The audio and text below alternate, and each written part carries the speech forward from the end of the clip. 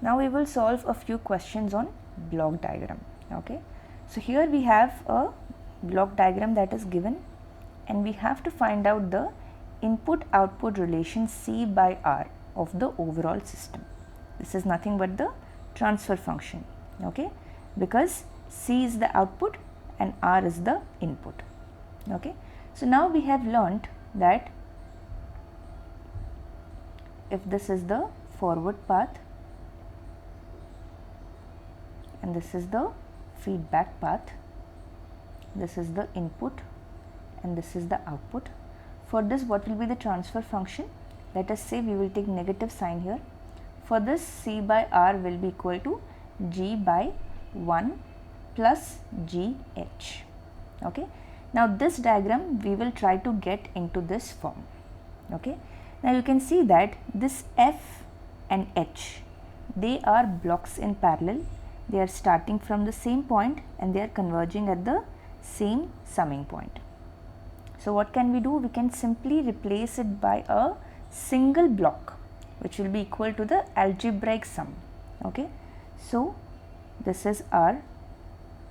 At the summing point, it is being added, plus sign. Here you have G. Here you have C. Okay. So we will write in such a way that the feedback is added in the negative form. Okay. So this will be H. Okay, because negative sign, we will not take negative sign of H here. Okay, but for F we have to take the negative sign. Okay, because this minus here and this minus here, it will amount to plus. So F is being added positively here. Okay, so this will be the form. Okay, now you can simply write this will be equal to forward path transfer function, which is G by 1. Since you have negative sign here, we have plus here. Okay, and then the product of the forward path transfer function and the feedback path transfer function. So this will be G into H minus F. So this will be equal to G by 1 plus GH minus GF. So you can see that option A is the correct answer. Okay. So now when you are drawing this diagram, when you are reducing it to a simpler form, you can also redraw with positive feedback. Okay. So this is G and this is C. Here you will have F minus H. Okay, because you have positive sign here, we are taking F minus H. When there was negative sign, we took H minus F, right? So from here also you will get the same transfer function. Okay. In the next question, this also a block diagram is given and we have to find out the transfer function. Okay. So this block diagram, it is a little more complex than the previous example. Okay. So our aim is to convert it into a simpler form, simpler standard form. Okay. So this is the standard form, right? Here you have one forward path and one feedback path. Here there will be input and here there will be output. Now using block diagram reduction techniques, we shall try to reduce this block diagram such that you have one forward path and one feedback path. Okay. For example, if this takeoff point is shifted to this point, then G2 and H2 will form one forward path and one feedback path. Okay. So you can see it will be plus, this will be minus, this will be G1,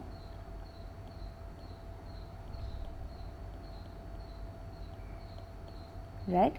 This will be H2,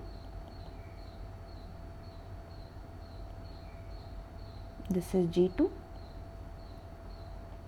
and here you have the output. This is the input. Now H1 you will shift here. Now what will happen when a takeoff point is shifted from before a block to after a block?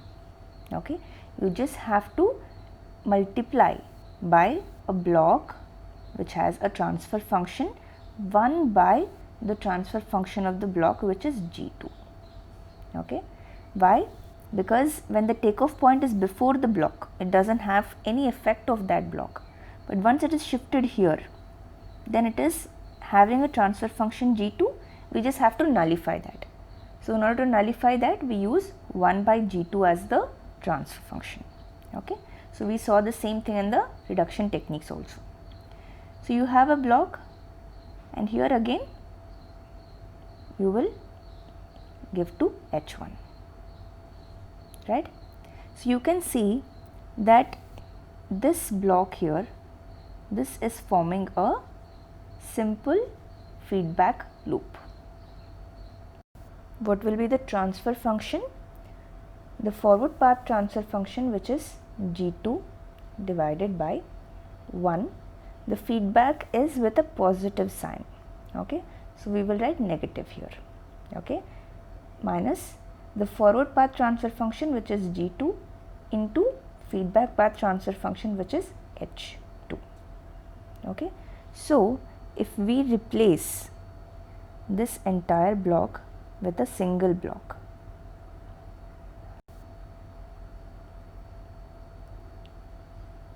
this will be having a transfer function G2 by 1 minus G2 H2. Okay.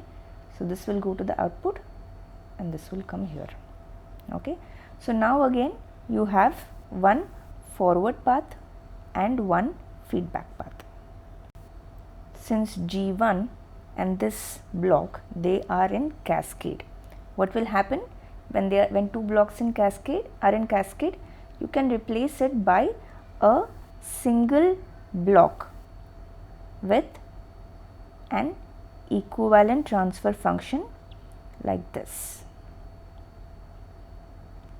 An equivalent transfer function, which is the product of both the transfer functions. So G1 into G2 by 1 minus G2 H2. Okay. Similarly, here also you can replace the blocks H1 and 1 by G2 by a single block. You will just have to multiply the transfer functions. Okay. So now you have this simple form. There is one forward path and one feedback path. Okay. So now you can write the transfer function, the entire transfer function. Okay. So this will be the forward path transfer function, which is G1 G2 by 1 minus G2 H2 divided by 1. What is the negative sign of the sign of the feedback? It is negative. Okay. So you will have plus sign here. Okay. Plus the forward path transfer function, which is G1 G2 by 1 minus G2 H2 into the feedback path transfer function, which is H1 by G2. So you will write H1 by G2 here. Okay. So this, if you simplify, here G2 and G2 will get cancelled. So you will get G1 G2 divided by 1 minus G2 H2 plus G1 H1. Okay. So the answer is option A.